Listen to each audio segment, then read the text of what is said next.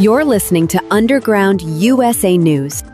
Sunday, August 24, 2025. In a bold move to safeguard national security, Director of National Intelligence Tulsi Gabbard has barred the U.S. intelligence community from sharing classified information regarding Ukraine negotiations with Five Eyes partners, citing concerns over potential leaks and misuse by foreign entities. This decision, reported on August 23, 2025, aligns with Gabbard's broader efforts to reform the intelligence community, including slashing over 40% of ODNI staff and eliminating Biden-era censorship offices, as she seeks to restore trust and focus on America's core interests. Critics argue this could strain alliances, but supporters commend Gabbard's commitment to protecting sensitive information amid a history of intelligence politicization. Experts are calling for a thorough probe after Microsoft failed to disclose its extensive ties to China during a bidding process for a major Pentagon cloud computing contract, raising alarms about potential conflicts of interest and the integrity of defense procurement. The controversy centers on Microsoft's Azure platform, which has been linked to Chinese entities through partnerships and data-sharing arrangements. Yet these connections were reportedly omitted from disclosures submitted to the Department of Defense, potentially violating federal transparency requirements. Conservative voices emphasize that such oversights could compromise U.S. military data security amid escalating tensions, with Beijing underscoring the need for stricter vetting of tech giants involved in sensitive government contracts to safeguard American interests.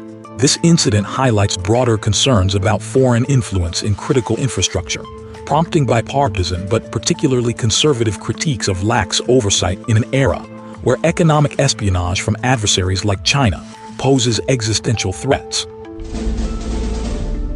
California Governor Gavin Newsom's push to redraw congressional maps in response to Republican gerrymandering in Texas has sparked heated debate, with critics arguing it undermines the state's voter-approved Independent Redistricting Commission, established by a 62 to 38% vote in 2010 to keep politicians out of the process. The plan, dubbed the Election Rigging Response Act, aims to secure Democrat seats for the 2026 midterms, but faces legal challenges for potentially violating California's constitution. Newsom insists the move counters GOP tactics and protects democracy, yet opponents, including Republican lawmakers, call it a power grab that could set a dangerous precedent by overriding voter intent. The proposal's fate hinges on a possible November special election, which some see as a risky political gamble for Newsom's national ambitions. California Governor Gavin Newsom's push to alter the state's redistricting rules has ignited a firestorm within the Democrat Party, as progressives and moderates clash over the move perceived as a direct jab at President Trump's policies.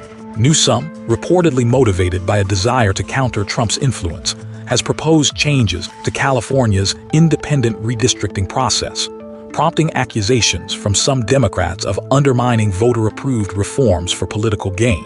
Critics within the party argue this risks eroding public trust and handing Republicans ammunition to challenge the state's electoral fairness, while supporters see it as a bold stand against federal overreach.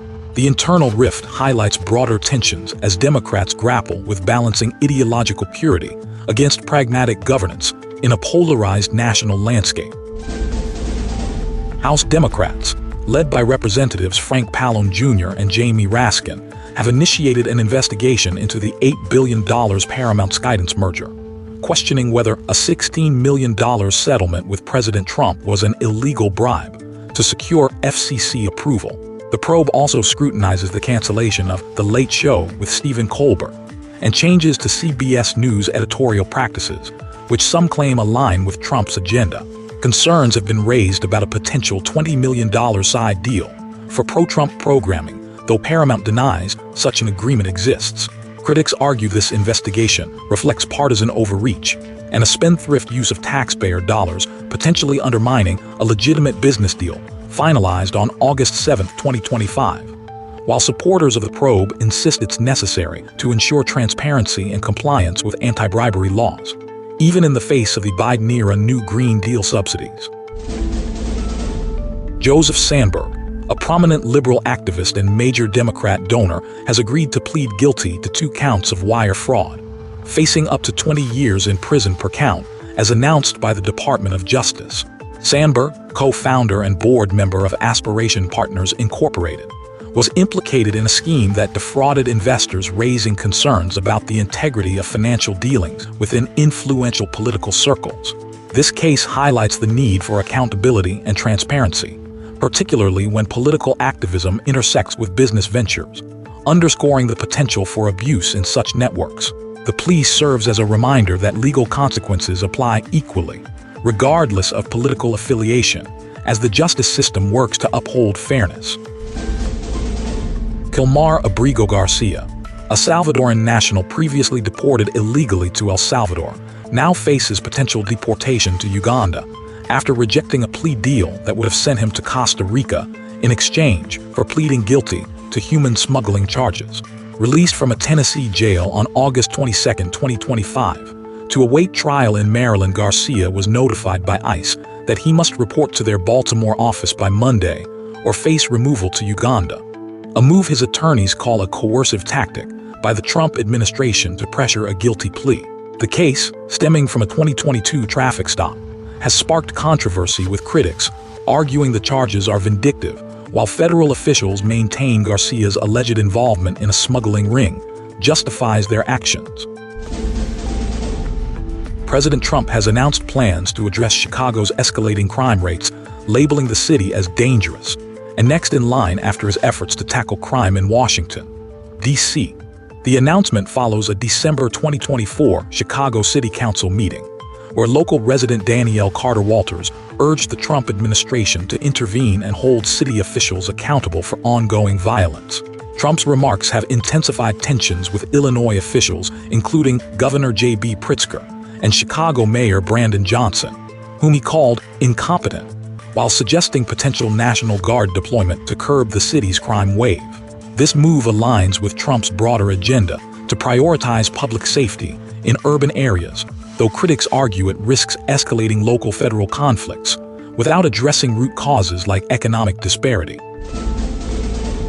The Texas Senate has passed a Republican-backed congressional redistricting map designed to bolster GOP representation by adding up to 5 new Republican-leaning seats, sending it to Governor Greg Abbott for final approval.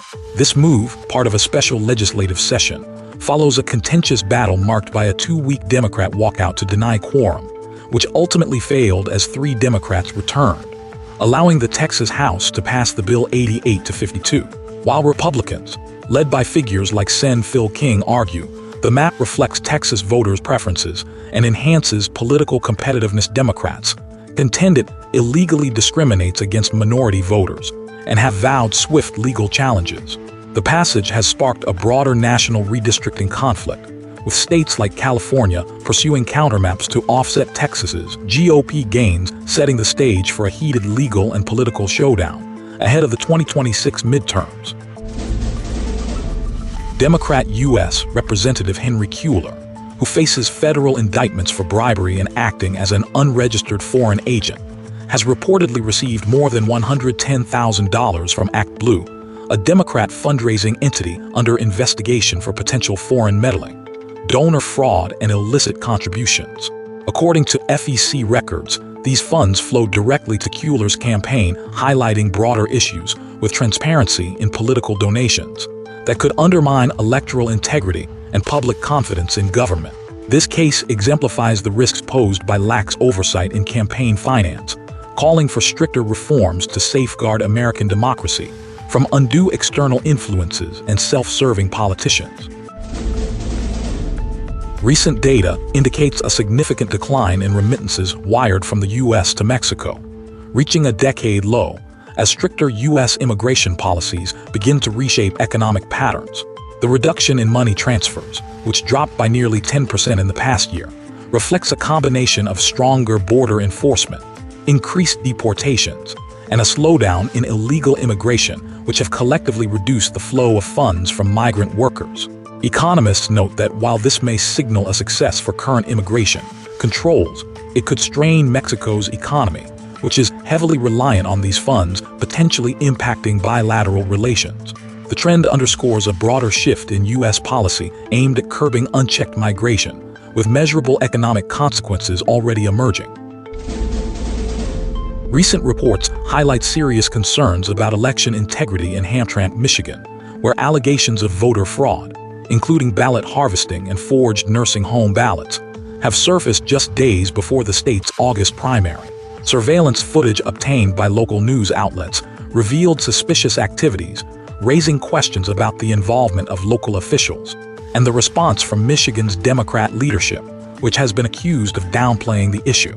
Critics argue that these incidents point to a broader pattern of electoral misconduct that undermines public trust in the democratic process, particularly as Michigan Attorney General Dana Nessel has recused herself from investigating related charges against 2 city council members. While some dismiss these claims as politically motivated, the evidence suggests a need for greater transparency and accountability to ensure fair elections.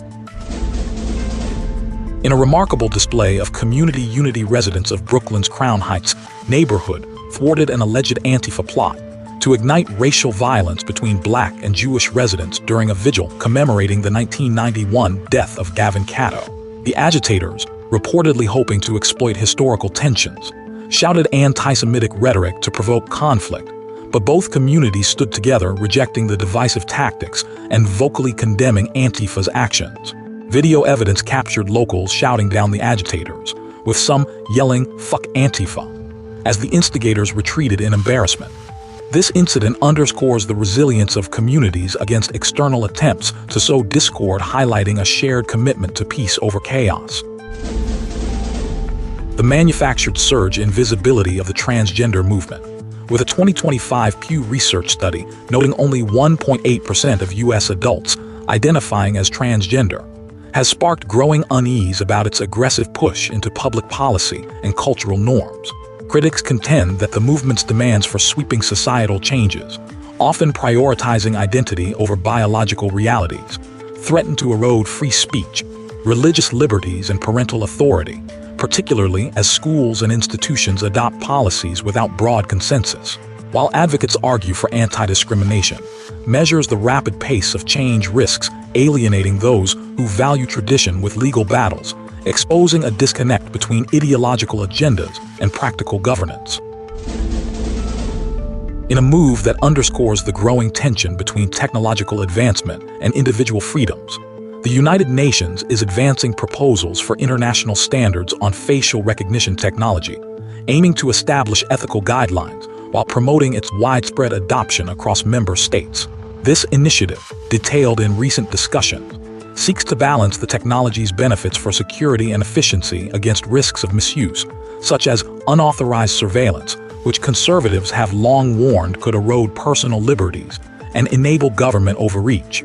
Proponents argue it could standardize practices to prevent abuses, but critics, including privacy advocates, caution that such global frameworks might inadvertently facilitate a surveillance state, echoing broader concerns about the UN's influence on national sovereignty. As nations grapple with these developments, the push highlights the need for robust protections to safeguard citizens' rights in an increasingly monitored world.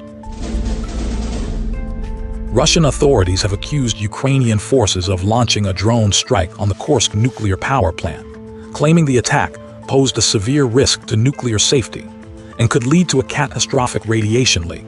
Even as Ukraine marked its 33rd Independence Day with defiant celebrations and vows to reclaim occupied territories, Moscow's defense ministry reported intercepting multiple drones targeting the facility in Russia's Kursk region, framing the incident as a deliberate provocation by Kyiv. While Ukrainian officials have not immediately confirmed or denied involvement, but continue to emphasize their right to self-defense against Russian aggression. This development illustrates the fragile state of nuclear infrastructure in the war zone, with international observers urging restraint to prevent a Chernobyl-like disaster. Though Russia maintains that such strikes violate global norms and heighten the stakes for all parties involved. From a conservative perspective, this episode highlights the perils of unchecked escalation and the urgent need for diplomatic off-ramps to safeguard critical assets and civilian lives without compromising national security interests. Nigeria has deported 50 Chinese nationals and 1 Tunisian convicted of cyberterrorism and internet fraud marking a significant escalation in the nation's fight against international cybercrime syndicates. The Economic and Financial Crimes Commission, in collaboration with the Nigeria Immigration Service, conducted a large-scale raid in Lagos, arresting nearly 200 foreign nationals involved in sophisticated scams targeting victims in the United States, Canada, Mexico, and Europe. This operation, part of a broader crackdown launched on August 15th, has led to 102 deportations so far, with EFCC Chairman Ola Olukoyede hailing it as a milestone in safeguarding Nigeria's financial integrity and national security. The effort underscores Nigeria's determination to dismantle foreign-led crime networks that exploit its digital landscape, often in collaboration with local recruits amid challenges like unemployment and weak regulatory frameworks. In a bold response to ongoing Houthi aggression, Israel launched devastating airstrikes on Yemen's capital, Sana'a, targeting key Houthi-controlled sites including the presidential palace, missile facilities, power plants, and fuel storage depots, following a series of missile and drone attacks on Israeli territory. The strikes, involving over 10 fighter jets and more than 35 missiles, aimed to cripple the Iran-backed Houthi infrastructure, which Israel accuses of destabilizing the region and threatening its civilians. The U.S. has denied involvement, citing concerns over a fragile ceasefire, while the Houthis vow further escalation, raising fears of a broader conflict. These actions underscore Israel's resolve to protect its sovereignty and send a clear message to Iran and its proxies, though the risk of regional instability looms large. You're listening to Underground USA News.